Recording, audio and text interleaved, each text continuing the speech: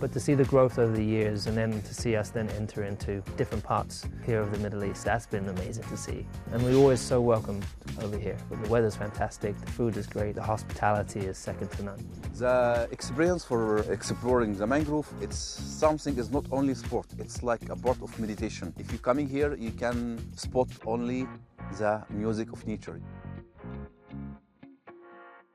Hello, welcome to Qatar 365 with me, Adil Halim. On this episode, we explore Qatar from a different perspective. The country has invested billions of dollars to bolster its tourism strategy with the goal of welcoming 6 million visitors by 2030. But first, Laila Humaira visited the Al Thakira mangrove forest to get up close and personal with the ecosystems that have fortified Qatar's shores for centuries. The long, winding streams of the Al Thakira mangrove forest isn't something you'd expect in a desert-like climate. But only an hour's drive north of Doha is this natural heritage that's as precious to Qatar as its coveted pearls. This is also where Mohammed El Azab found that combining kayaking and ecotourism is one of the best ways to educate tourists and residents about the mangroves. People who's going for kayaking, we start to teach them, to give them more information related to the ecology for this mangrove. We have a very smart plant here in this area, the mangrove.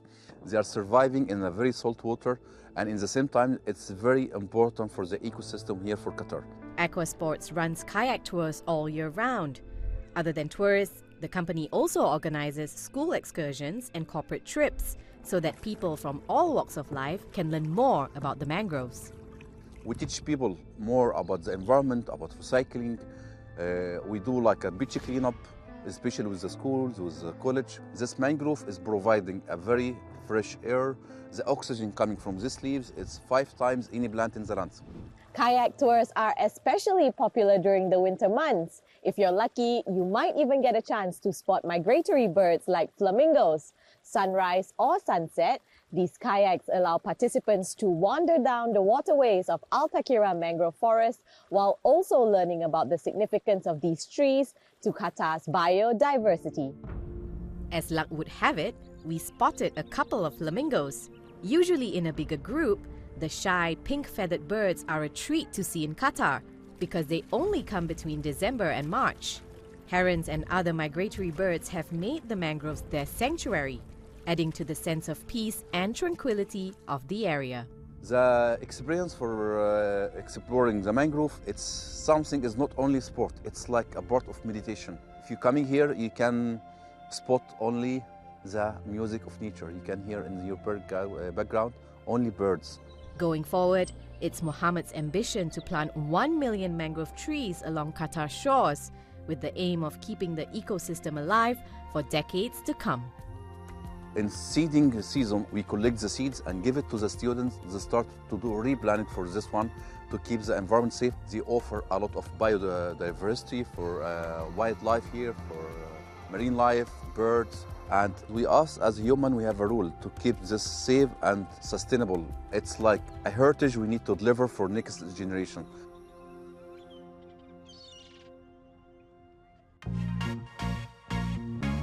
The thrill of high-level sports action is another major draw for visitors. 155,000 race fans flocked to the 3-day Formula One Qatar Grand Prix at the Lusail International Circuit.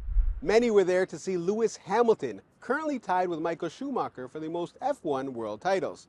As his tenure with Mercedes has come to an end, the 40-year-old will suit up for Ferrari in the 2025 F1 season. I caught up with Hamilton during his recent visit to Doha to look back at his time with the Silver Arrows, the hurdles he's overcome, and his surprising interest in space exploration. Lewis, welcome to Doha. We know you love fast cars, music, and fashion, but space? You recently just lived out a childhood dream of doing flight training for astronauts. Where did your fascination with space travel come from? I just always remember looking up at, going into my back garden and look up into the sky and seeing the stars and just wondering what was out there. And it's something that I continue, like even today, I'm just fascinated by it. As a driver, you're used to having complete control at incredible speeds. I've heard you describe the F1 car as a fighter jet on wheels. Now that you actually flew a fighter jet, how does the G-force compare to what you're used to on a racetrack? I mean, it is basically, the Formula One car basically is a plane upside down on wheels, because obviously a plane has lift and we have something called downforce, which is basically the wings just upside down. So the faster you go, the wings push the car into the ground, and that's why we're able to take the corners at the speeds we do. But we pull lateral and longitudinal G-force, but in the fighter jet you're pulling just vertical G. And that is something else, because the blood rushes. The more G you pull, the more it's harder to keep the blood pumping in the brain, and it's easy to pass out. So, and on this experience was just phenomenal. Just everything I had ever dreamed of. You talked about you're ready for Top Gun 3 when they call you, right? I'm so ready, yeah. As your partnership with Mercedes and Swiss luxury watch brand IWC comes to an end, you said this was a very difficult decision to come to.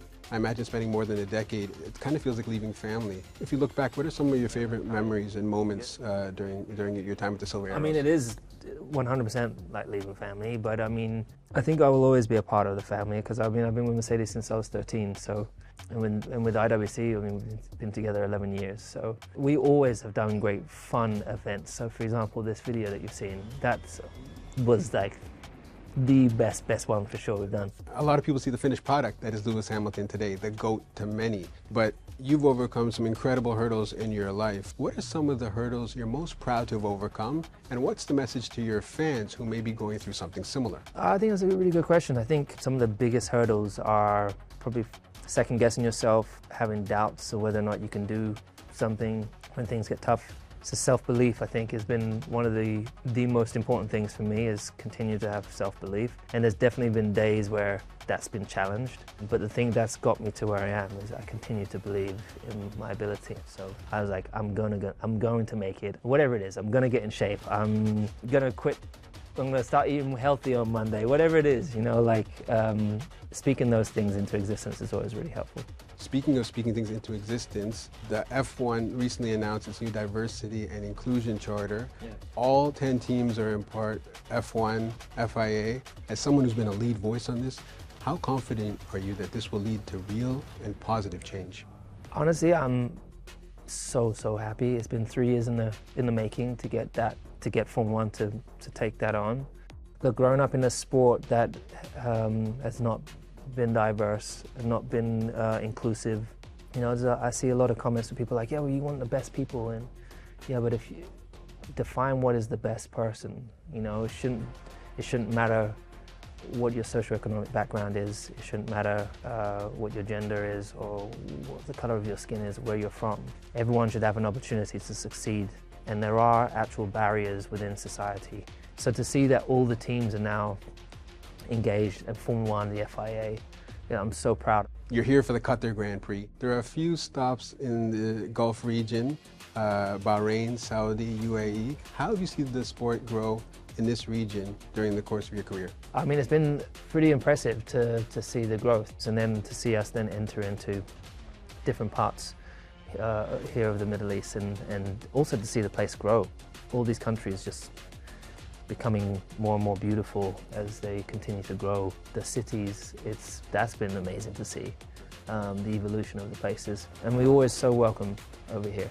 It's such a beautiful, the weather's fantastic, the food is great, the hospitality is second to none.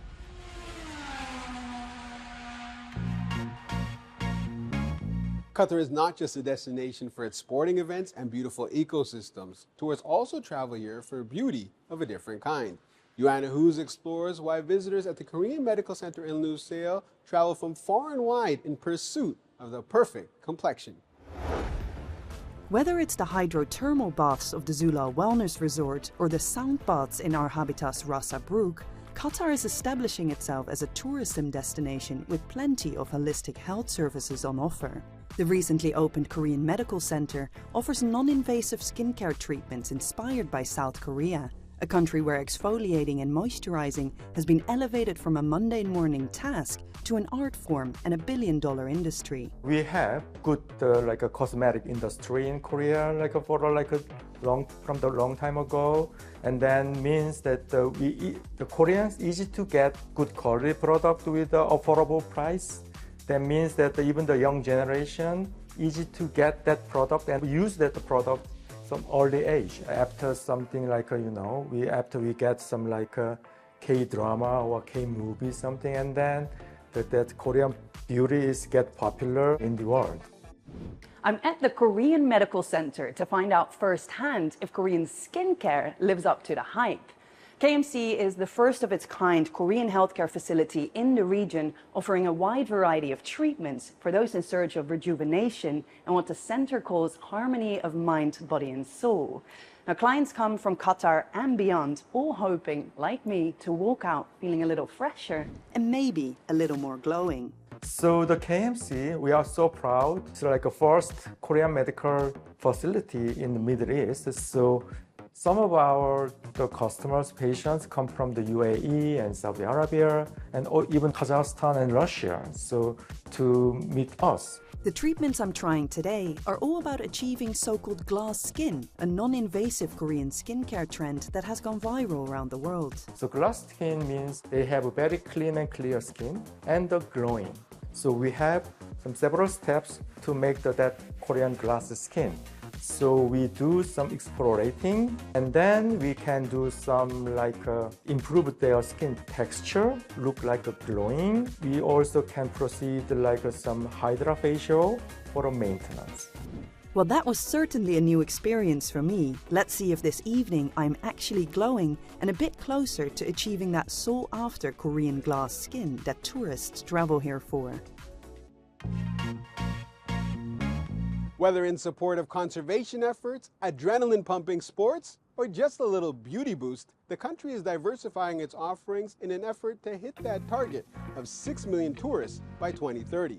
We hope you enjoyed exploring some of them with us, but that's all the time we have for now. For more, check out Euronews.com and connect with us through our hashtag. Thanks for watching, and we'll see you next time on Qatar 365.